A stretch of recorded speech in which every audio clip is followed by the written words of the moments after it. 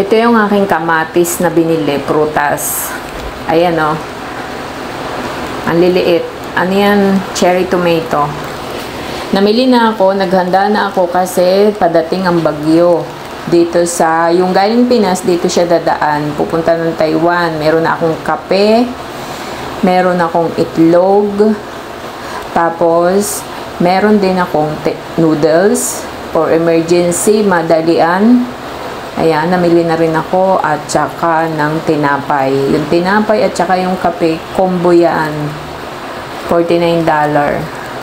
Tapos, 20 yung itlog, 10 ang isa.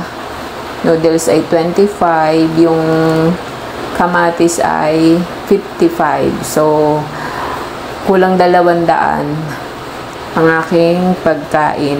Nag-ready na ako kasi andito ang mga amo ko, walang trabaho. Wala naman problema sa kanila. Kaya lang, nakakailang gumalaw. Kasi dito hindi ako nagluluto, hindi kami nagluluto. Kanya-kanya kami ng food, meron lang akong budget.